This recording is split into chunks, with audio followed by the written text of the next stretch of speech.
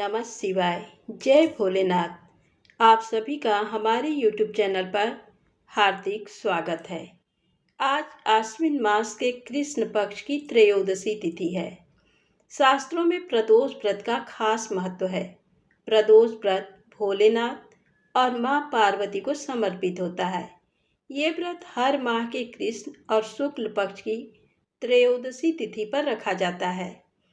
मान्यता है कि इस दिन पूजा अर्चना और उपवास रखने से साधक को मानसिक शांति, उत्तम स्वास्थ्य और जीवन में सुख समृद्धि का आशीर्वाद मिलता है। पंचांग के अनुसार इस बार आश्विन माह के कृष्ण पक्ष की त्रयोदशी तिथि 18 सितंबर को रात 11:24 पर आरंभ होगी। वहीं इस तिथि का समापन 19 सितंबर को देर रात 11:35 पर होगा। इसलिए 19 सितंबर को प्रदोष व्रत रखा जाएगा।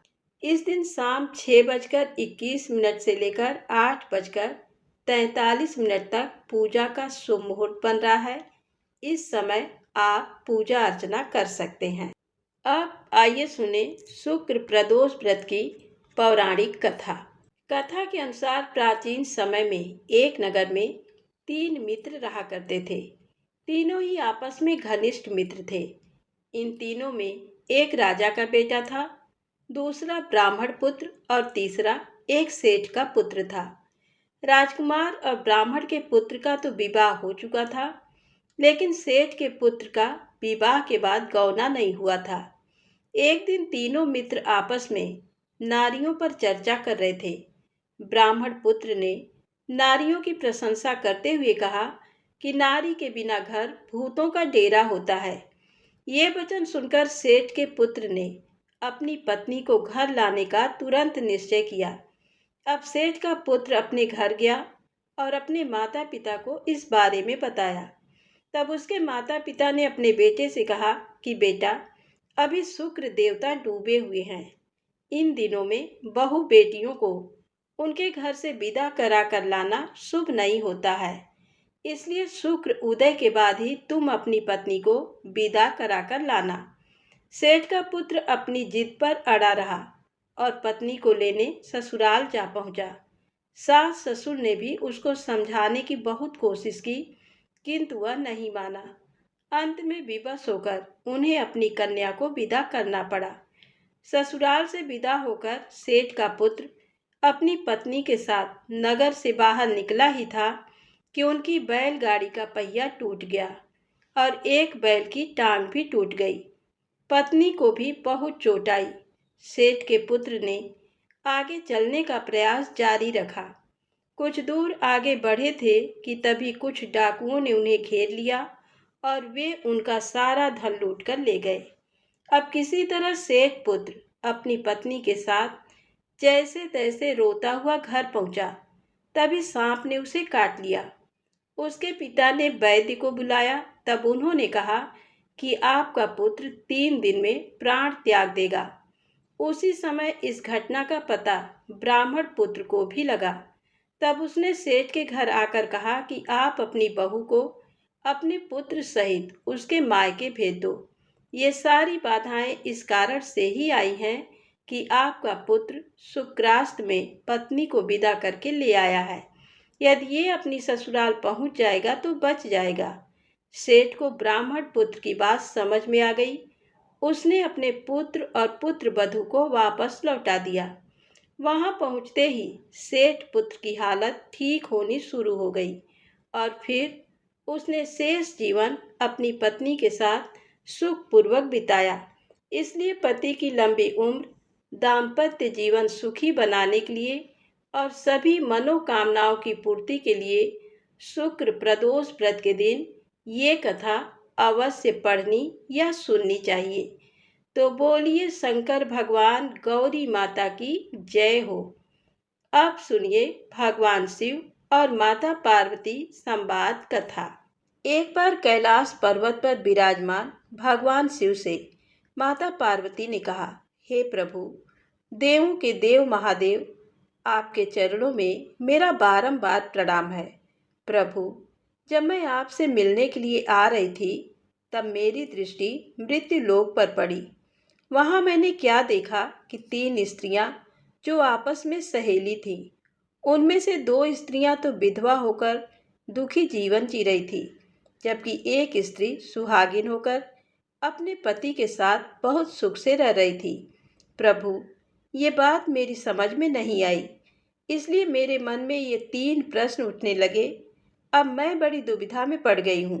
महादेव, अब मैं आपसे ये चाहती हूँ कि आप मेरे मन में उठे इन 3 प्रश्नों के उत्तर देकर मुझे संतुष्ट करने की कृपा करें। इस प्रकार माता पार्वती के प्रश्नों को सुनकर भगवान शिव कहने लगे, देवी पार्वती, आप मुझे अपने तीनों प्रश्न बताओ। मैं तुम्हें तुम्हारे प्रश्नों के उत्तर देकर पूरी तरह संतुष्ट करने का प्रयास करूंगा। तब माता पार्वती भगवान शिव से कहती हैं, प्रभु, मेरा पहला प्रश्न है कि कौन सी स्त्री समय से पहले विधवा हो जाती है। मेरा दूसरा प्रश्न है कि कौन सी स्त्री को जीवन में कभी सुख नहीं मिलता। और मेरा तीसरा और अंतिम प्रश्न है कि कौन सी चीज़ ऐसी है जो एक पत्नी अपने पति को मांगने से भी नहीं देती। इस प्रकार माता पार्वती के ये 3 प्रश्न सुनकर भगवान शिव कहने लगे, देवी, तुम जिन स्त्रियों की बात कर रही हो, उनमें से 2 स्त्रियां विधवा होकर बड़ा दुखी जीवन जी रही हैं, और वहीं पर एक स्त्री सुहागिन होकर अपने पति के साथ सुखपूर्वक रह रही है।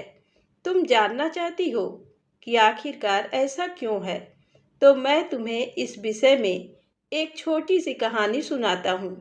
इस कहानी को बहुत ही ध्यान से सुनना, क्योंकि आधी अधूरी कहानी सुनने वालों को आधा अधूरा ही ज्ञान प्राप्त होता है, और जो जीवन में कभी काम नहीं आता। देवी, तुम्हारे तीनों प्रश्नों के उत्तर इस छोटी सी कहानी में समाये हुए हैं। अगर इस कहानी को तुमने ध्यान से सुना तो तुम्हें तुम्हारे तीनों प्रश्नों के उत्तर इस कहानी में अवश्य मिल जाएंगे और तुम्हें संतुष्टि भी हो जाएगी। माता पार्वती के पूछे गए प्रश्न लोकहित में होते हैं, इसलिए प्रिय श्रोताओं, जब भी आप इस तरह की कथाएं सुनते हैं तो कथा को बीच में अधूरा छोड़कर कथा का निरादर कभी मत कीजिएगा। देवी पार्वती भगवान शिव से कहती हैं, प्रभु, मैं आपकी बात से पूरी तरह सहमत हूँ। अब आप कहानी प्रारंभ कीजिए। मैं आपकी कहानी को पूरे मन से सुनूंगी, और जब तक आप कहानी कहेंगे तब तक मेरा मन किसी दूसरे स्थान पर बिल्कुल नहीं जाएगा। तब भगवान शिव कहते हैं, पार्वती, सबसे पहले मैं तुम्हें उस स्त्री की कहानी सुनाता हूँ जो सुहागन बनकर सुखी जीवन जी रही है।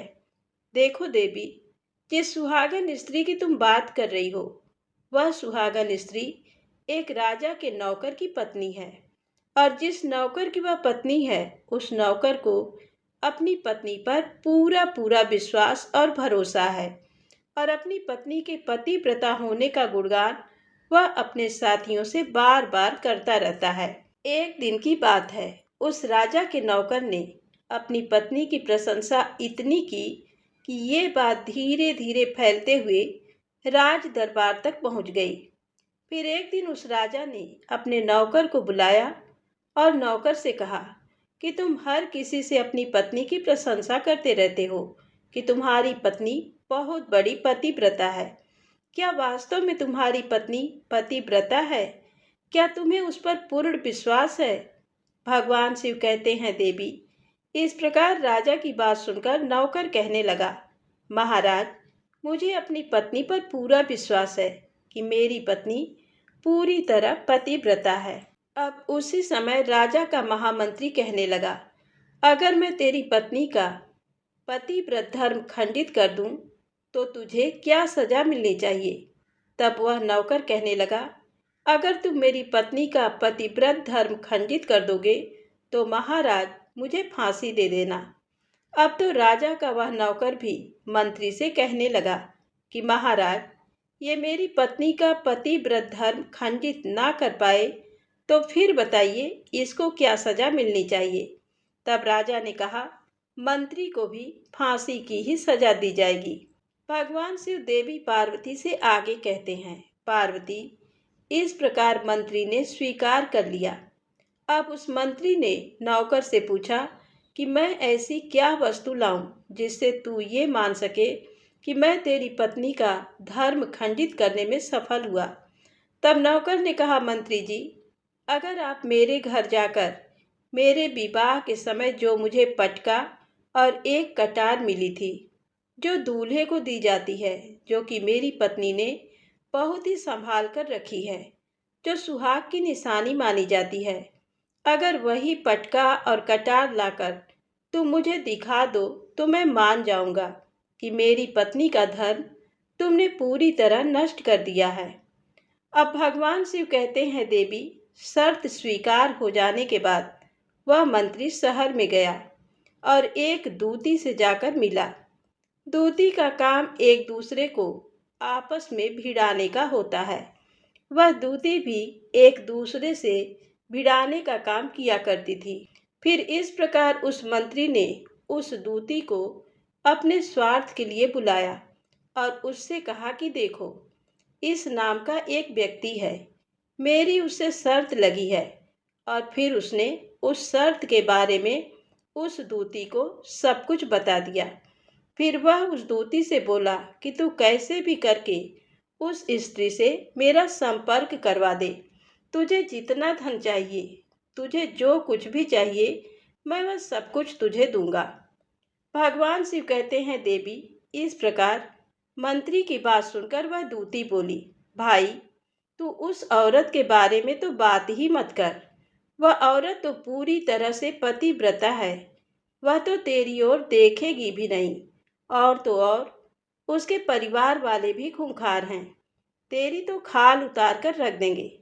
तब वह मंत्री कहने लगा, ठीक है, अगर तू मेरा उससे संपर्क नहीं करवा सकती है तो एक काम कर दे, उसके घर जाकर के पटका और कटार चुरा कर ला दे, और अगर उस स्त्री के शरीर पर कोई चिन्ह हो तो वह चिन्ह भी मुझे देखकर बता दे, फिर मैं तुझे मुंह मांगा इनाम दूंगा।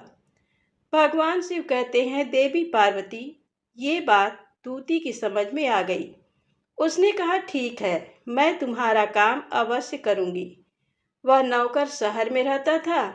दूती नौकर के घर गई और उसकी पत्नी से जाकर बोली, बेटी, मैं तेरे पति की बुआ हूँ, मैं बहुत सालों बाद यहाँ आई हूँ। तब उस स्त्री ने कहा, आओ बुआ जी, मैंने तो आपको पहले कभी देखा नहीं था, इसलिए पहचान नहीं पाई। और इस प्रकार उस दूती को नौकर की पतिव्रता पत्नी ने बहुत सम्मान दिया, लेकिन उसे क्या पता था कि ये उसके साथ छल करने आई है। भगवान शिव आगे कहते हैं, देवी, इस प्रकार वह दूती उस पतिव्रता स्त्री के साथ 2 दिन तक रुकी। जिस समय वह स्त्री स्नान करने लगी, दूती ने उस पतिव्रता स्त्री की जांघ पर बना हुआ तिल देख लिया। अब उसका काम बन गया था। उधर स्नान करने के बाद जब वह पतिव्रता स्त्री रसोई घर में खाना बनाने गई तो दूती को अवसर मिल गया और उसने चुपके से पटका और कटार उस नौकर के घर से चुरा लिए और वहां से भाग गई। जाकर उसने वह पटका और कटार मंत्री को दे दिए और साथ ही उस पतिव्रता स्त्री के जांघ पर तिल के निशान भी बता दिए।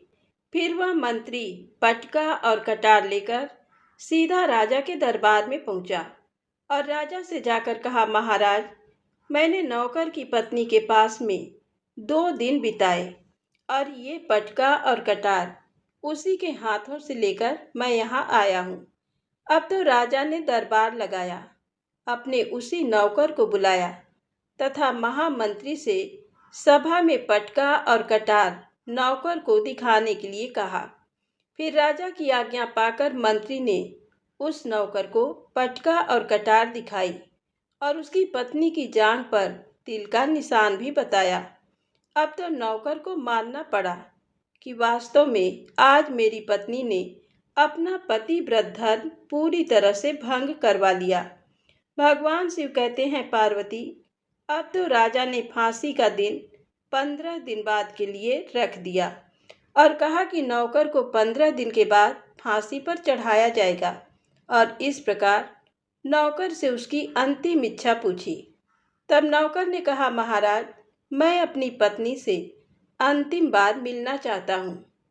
भगवान शिव ने कहा, पार्वती, इस प्रकार राजा ने उस नौकर को आज्ञा दे दी कि ठीक है, तुम अपनी पत्नी से मिल सकते हो। फिर वह नौकर अपने घर गया और अपनी पत्नी से कहा कि तुमने मेरे साथ बहुत बड़ा विश्वासघात किया है।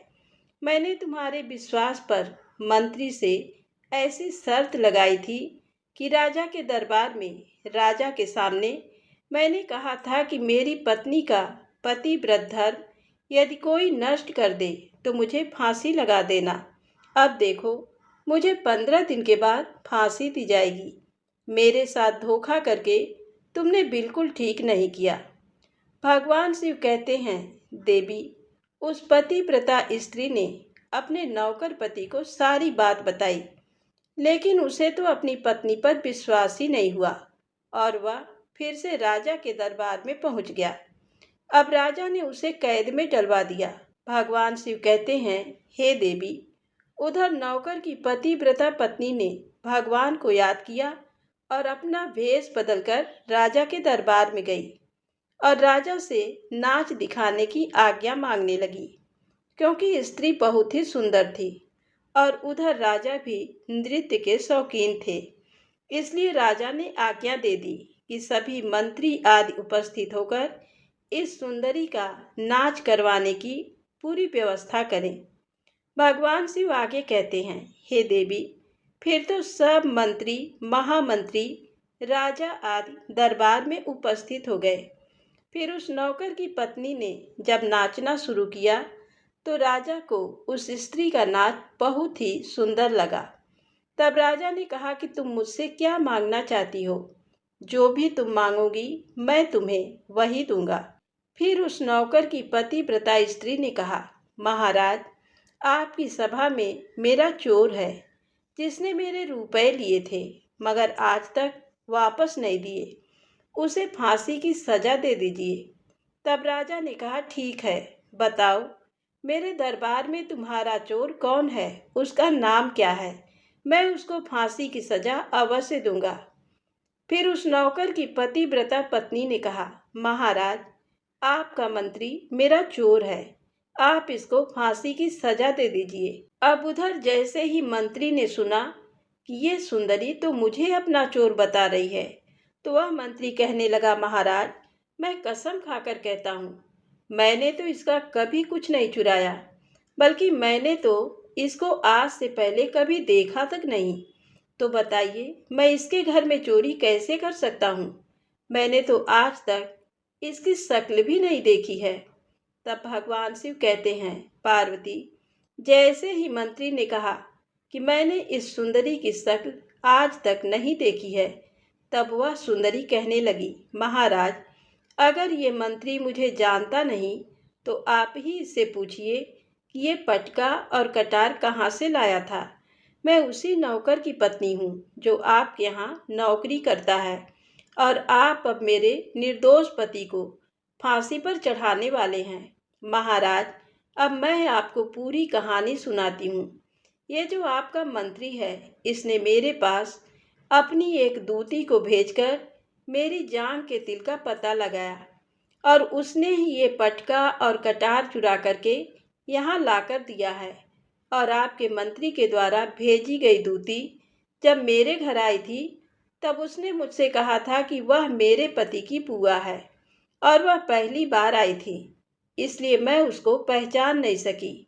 और महाराज, इस प्रकार मैंने उस स्त्री को अपने यहाँ पर बहुत मान सम्मान दिया और अपने यहाँ पर ठहरने की व्यवस्था भी की। भगवान शिव कहते हैं, देवी, इस प्रकार उस नौकर की पतिव्रता पत्नी की बात सुनकर राजा ने दूती को बुलाया। फिर उस दूती ने राजा को सारी बात सच सच बता दी। तब राजा ने उस नौकर को छोड़ और मंत्री को फांसी पर चढ़ा दिया। भगवान शिव कहते हैं, पार्वती, इस प्रकार उस नौकर की पतिव्रता स्त्री ने अंत में राजा से कहा, महाराज, मैं अपने पति से बहुत प्यार करती हूँ। मैं एक चरित्रवान स्त्री हूँ।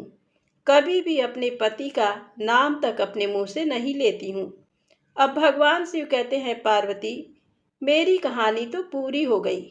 अब आप अपने तीनों प्रश्नों के उत्तर भी सुनो। आपका पहला प्रश्न था कि कौन सी स्त्री समय से पहले विधवा हो जाती है। तो जो स्त्रियां अपने पति का नाम लेती हैं वह समय से पहले ही विधवा हो जाती हैं, क्योंकि पति का नाम लेने से पति की उम्र कम हो जाती है और समय से पहले ही उनके पति की मृत्यु भी हो जाती है। ऐसी स्त्रियां जो अपने पति का नाम लेती हैं वह समय से पहले ही विधवा होकर बहुत दुखी जीवन जीती हैं। बस यही रहस्य की बात है कि तुम जिन 3 सहेलियों की बात कर रही थी उनमें से 2 विधवा थी और एक ये नौकर की पत्नी थी जो पतिव्रता स्त्री थी। ये पतिव्रता कभी भी अपने पति का नाम अपने मुंह से नहीं लेती थी। उधर वह जो 2 स्त्रियां विधवा होकर दुखी जीवन जी रही हैं वह हमेशा अपने पति का नाम लेकर ही उन्हें बुलाती थीं, जिस कारण से उनके पति की उम्र कम हो गई और फिर वह दोनों स्त्रियां समय से पहले ही विधवा हो गईं और आज वे दुख भरा जीवन जी रही हैं। इसलिए कभी भी स्त्री को अपने पति का नाम अपने मुंह से नहीं लेना चाहिए। अब आपका दूसरा प्रश्न था कि कौन सी स्त्री को जीवन में कभी भी सुख नहीं मिलता। तो समझो कि जो स्त्रियां अपने पति की अनुमति के बिना किसी तीर्थ स्थान या उत्सव में जाती हैं उनके जीवन में कभी सुख नहीं आता। ऐसी स्त्रियां जीवन में सदा दुखी रहती हैं और उन्हें पति का कभी प्रेम नहीं मिलता।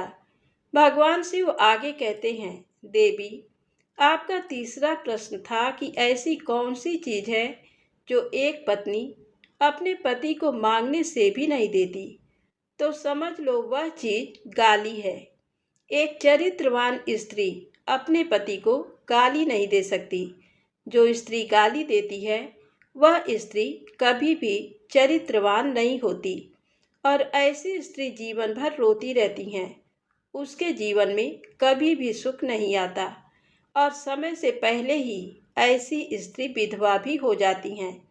इस प्रकार भगवान शिव के मुँह से सुनकर माता पार्वती तीनों प्रश्नों से संतुष्ट होकर कहती हैं, प्रभु, वास्तव में जो स्त्री चरित्रवान होती है वह कभी दुखी जीवन नहीं जीती, क्योंकि ऐसे घर में सदा लक्ष्मी जी का वास रहता है और वह घर धन धान्य से भरा रहता है और ऐसी ही स्त्रियां हमेशा घर को स्वर्ग बना देती हैं। तो प्रेम से बोले शंकर भगवान पार्वती माता की जय हो। यदि आपको ये कहानी अच्छी लगी हो तो वीडियो को लाइक करके कमेंट बॉक्स में हर हर महादेव जरूर लिखें।